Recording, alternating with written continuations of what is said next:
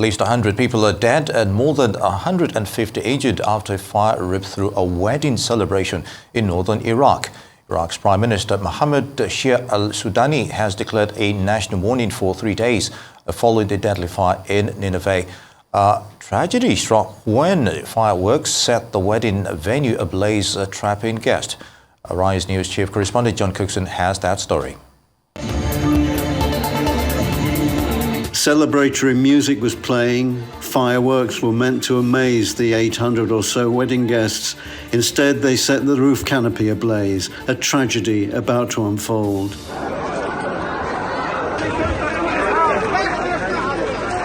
Survivors were rushed to a hospital in Al-Hamdaniyah. The wedding was in a close Christian community where everyone knew each other. The news travelling fast of mass casualties and life-changing injuries. This man cries, "I was in the hall. When it happened, my mother was in the bathroom. I couldn't find her afterwards. I searched for my daughter, my son, my wife, my father. I couldn't find them. They're all gone," he said. Some survivors were taken to a hospital in Dohuk where specialist treatment was available. By then, at least 100 were confirmed dead. At times, it seems hospitals will be overwhelmed with the numbers of injured. An early investigation shows highly inflammable materials were used in the construction of the wedding venue, illegal under Iraqi law, but possible because of corrupt local officials.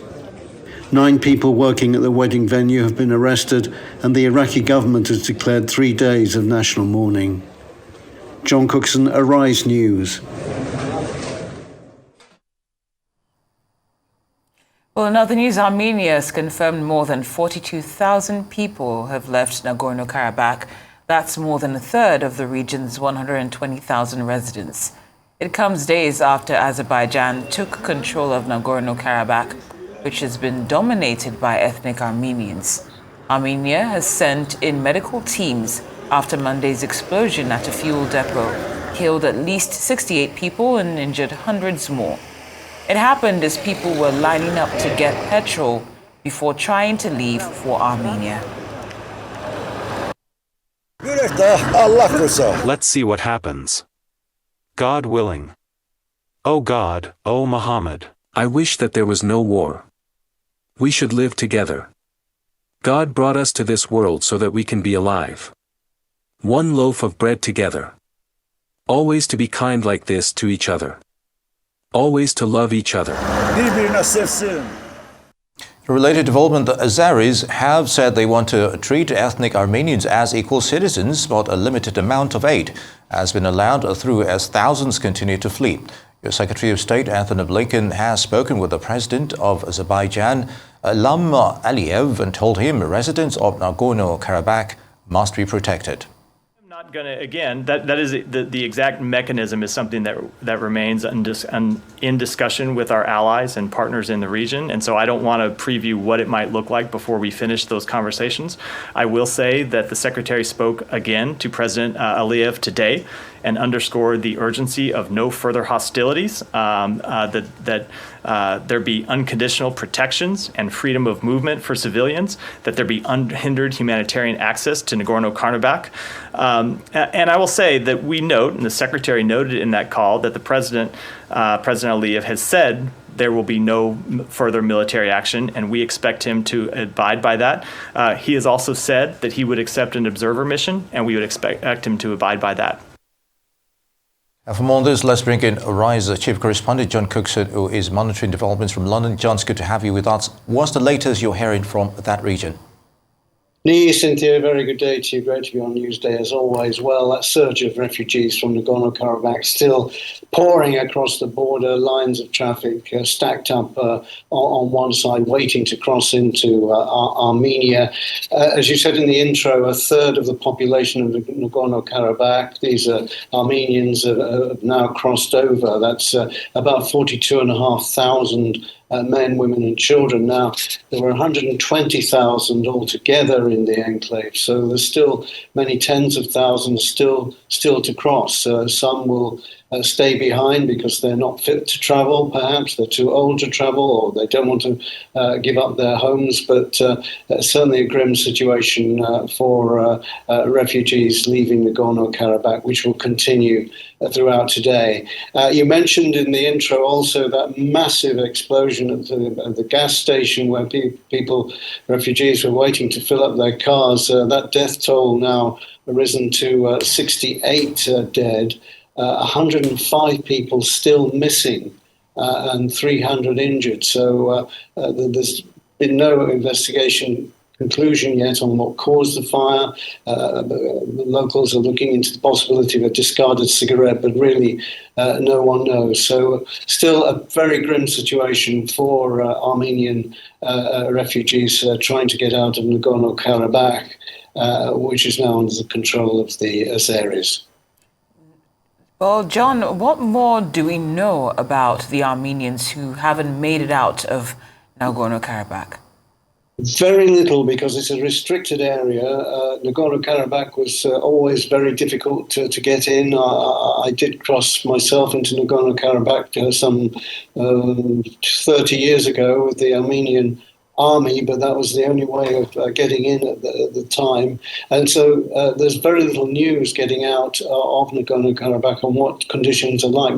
We saw pictures yesterday, which I used in a news report for Arise News, showing that, deserted streets and lanes and alleyways that would normally be bustling with people were completely quiet. So there has to be some concern for the Armenians still there. Antony Blinken, Secretary of State, calling on the Azeris to look after civilians and make sure that they're okay. And that statement also endorsed by Samantha Power, President Biden's special envoy to the region.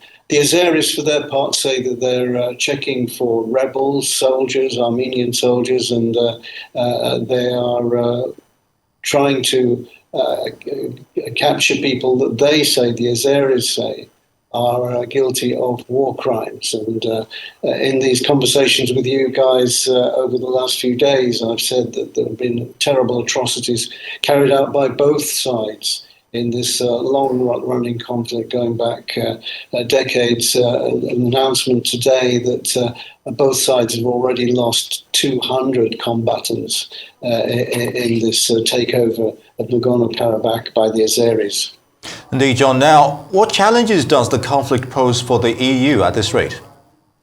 It's a huge challenge because Azerbaijan has sort of positioned itself with Europe, that it's a stable country, and of course, guess what? Europe is in hock to Azerbaijan for gas and oil. The Western oil companies have a huge stake in Azerbaijan, Chevron, Exxon, BP, France's Total.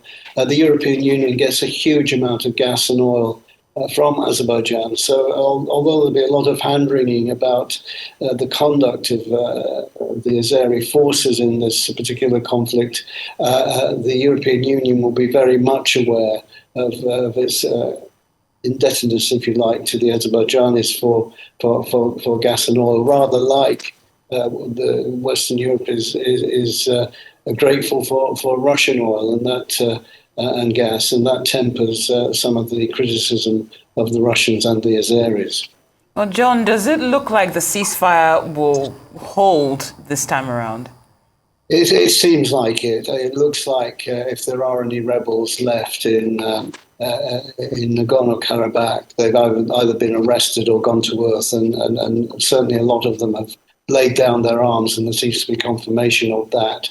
And there will be a lot of pressure from the international community, Western nations like Germany, France and US pressing Armenia for calm, and Turkey and Russia pressing the Azeris to cool things down a bit. So with that international backing for peace in the region, at least for the time being, I think that ceasefire is going to hold for now. John, elsewhere, the Armenian leader seemed to be looking towards the West and, for succor here, and Russia isn't too happy about that. What more are you learning from that perspective? Yes, you're absolutely right. Now, just remind ourselves that the Armenians had a previously quite good relationship with Moscow and with Putin, but that soured in recent years, especially over the conflict and dispute of Nagorno-Karabakh. And Armenia now finds itself friendless in the region because of its stand, and some will say quite right that the Armenians should condemn what's happened to Nagorno-Karabakh. So it's looking elsewhere, and it's getting, I would say, some support, as I've already mentioned, from the US, France, and Germany. But Western interests, Western countries have interests so big in Azerbaijan as far as fuel and oil is concerned. There's only so far that Western nations will go in supporting Armenia in this particular conflict. Well, John, permit me to deviate for just a moment. We also saw the report that you did regarding the Iranian wedding where about 100 people supposedly died. Proper job as always, but do you have any updates regarding that at this time? Yes, it was in Iraq, in the north of the country, a region I've written about in the past and know quite well. This was a Christian community. Sadly, the Christian community has been persecuted over decades, especially when ISIS rolled into Karakosh, which is where this particular tragedy happened. There have been a number of arrests of local builders, and they're also looking for the wedding venue manager here to find and to ask why was it built out of highly inflammable materials. And the answer to that is, of course, that they were cheap and that local officials could be easily bought off, because it is actually illegal to build something out of flammable materials in Iraq, but builders do it anyway because they just pay off local government officials. At least 100 dead. It's likely to be more. People were just, the fire was so intense that there was just nothing left of the people who sadly died in that particular wedding venue, and it's going to be a very difficult job to identify the dead because all that's left is charred remains. It is a terrible tragedy. 3 days of mourning announced by the Iraqi government, but already there's a sense, and I'm seeing it in social media from northern Iraq, that people are angry that this wedding venue could be built in such an unsafe way as to cause this tragedy that unfolded overnight. And there's a lot of anger towards the Iraqi government. It won't do anyone much good being angry with the Iraqi government, because Iraq's state of play as far as governing is concerned at the moment is fragile, to say the least. But at least I suppose you could say that 3 days of national mourning is some nod to the tragedy that's unfolded in northern Iraq overnight. Indeed. John Cookson, many thanks for the update on the Armenia-Azerbaijan debacle and, of course, the incident in Iraq. It's good to have you with us.